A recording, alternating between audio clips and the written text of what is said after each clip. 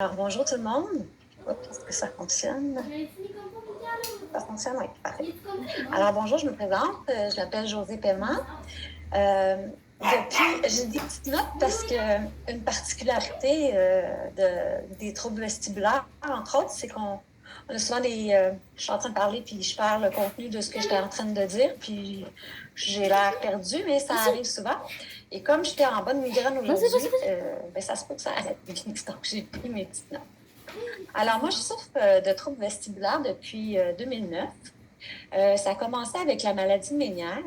En fait, ça a pris un peu de temps. J'ai été 1 an à avoir des symptômes, à être obligée de manquer le travail régulièrement. Puis, je pensais que je faisais des gastro parce que j'avais mal au cœur, je vomissais.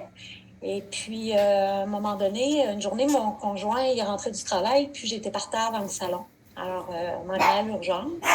Et là-bas, on m'a diagnostiqué une labyrinthite, ce n'était pas le cas. Voyons, Loulou, Comme ça laisse-le a faire. duré dans le temps et j'avais des symptômes, là, c'était mon oreille droite, elle était bouchée, toujours bouchée, de la pression, variation de l'audition.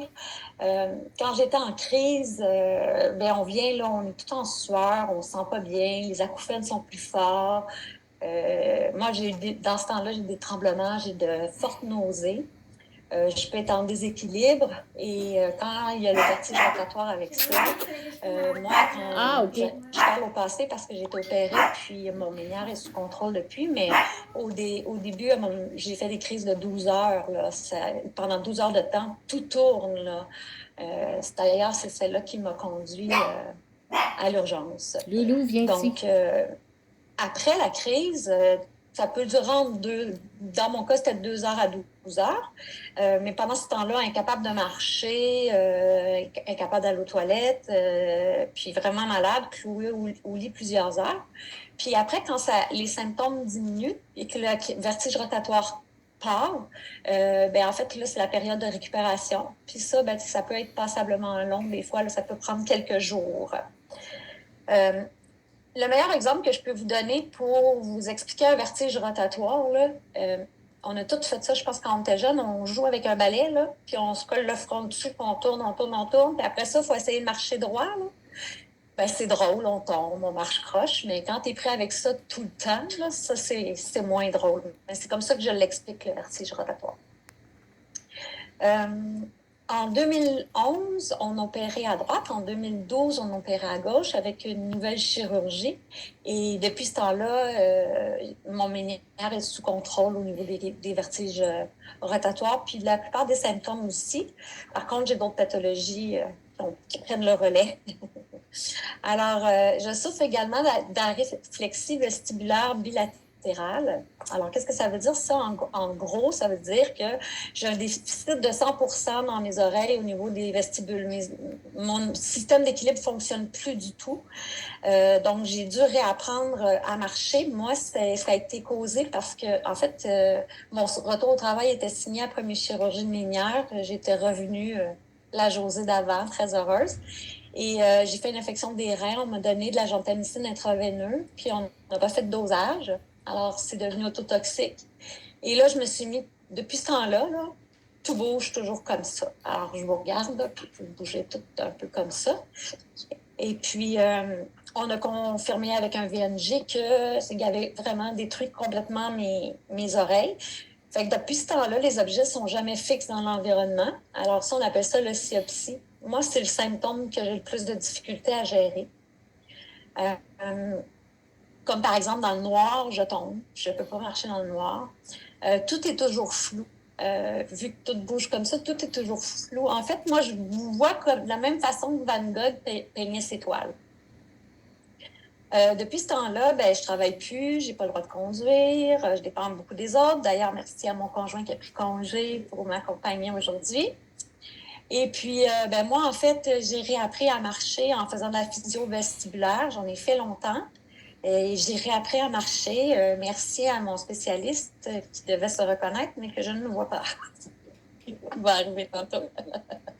Alors, au quotidien, ce que ça m'amène, mes troubles vestibulaires, c'est que je suis souvent obligée de m'allonger dans la journée. J'utilise la canne, la canne. qui était là.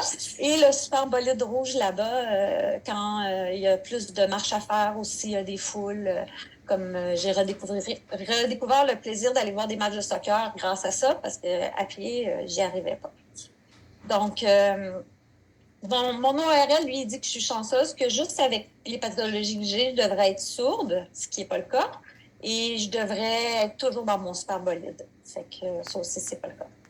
Alors, je suis dans les pages. Bon, voilà. Et l'autre pathologie que j'ai, qu'on n'a pas parlé, c'est les migraines vestibulaires. Alors, ça aussi, ça ressemble, il y a des symptômes qui sont semblables avec Ménière, mais c'est souvent accompagné de migraines avec les symptômes de la migraine, en fait. Mais en plus des symptômes de la migraine, j'ai la vision trouble, de l'instabilité quand j'ai une crise de... Bon, par exemple, j'ai la migraine tantôt à la maison. Moi, je prends une injection de DHE pour ça. Et puis après, généralement, 1 heure, la migraine, souvent, elle est passée. Mais il reste des symptômes. Je cherche mes mots, un peu comme là. J'ai des nausées, je peux être irritable. Je fais beaucoup de... J'ai de la photophobie qu'on appelle... photophobie, oui, c'est ça. Hein? Alors, difficulté avec la lumière, le soleil, la lumière le soir. Par contre, j'ai besoin de toujours un peu de lumière pour m'orienter. Fait que j'ai besoin de... On met des petites des lumières un peu dans toutes les pièces. Là. Alors, voilà. Les autres symptômes que j'ai en lien avec la migraine, comme c'est pas des troubles vestibulaires et que c'est plus des symptômes de migraine, je vais sauter ce petit bout-là.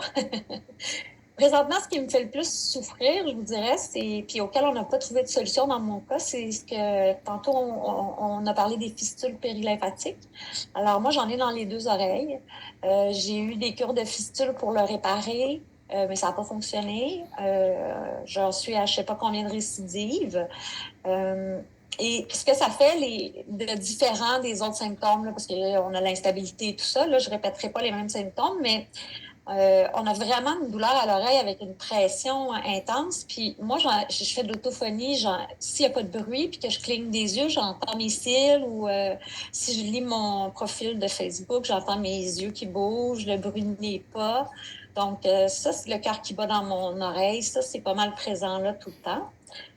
Puis avec les fistules, ben, c'est difficile dès que je me penche. En fait, je ne devrais pas me pencher, mais dès que je me penche par en avant, je fais beaucoup de chutes.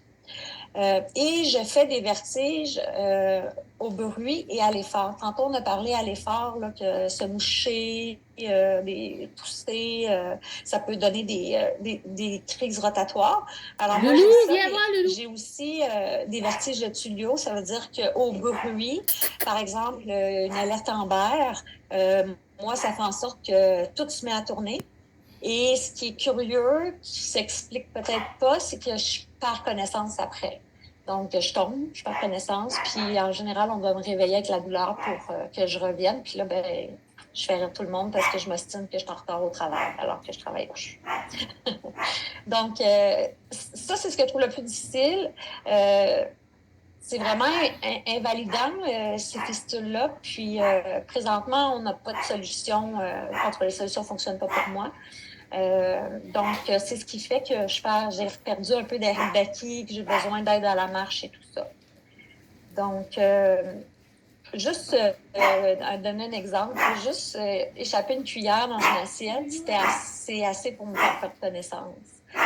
Là, j'ai des traitements d'injection de sang, vu qu'on ne peut plus faire de cure de fistule. Ça me donne un répit de 2 mois à peu près, mais c'est ce qu'on a trouvé de mieux. Avec toutes ces pathologies-là, mais moi, j'ai un trouble d'audition centrale. Ça veut dire que dans le bruit, j'ai un peu de difficulté à entendre. Puis pour terminer, j'avais envie de vous partager que moi, dans mon cas, pour utiliser la maladie de façon positive, j'ai créé des groupes d'entraide sur toutes mes pathologies. Alors, j'ai 5-6 groupes d'entraide. Et pour moi, c'est une façon de positiver la maladie, d'échanger avec des gens qui vivent la même chose que moi. Et puis, en fait, ce que j'essaie de faire, c'est de les supporter, comme moi, j'aurais aimé être supporter au début de mon parcours avec la maladie, parce qu'on n'avait pas toutes ces aides-là. À la prochaine. Voilà. Alors, c'est ça.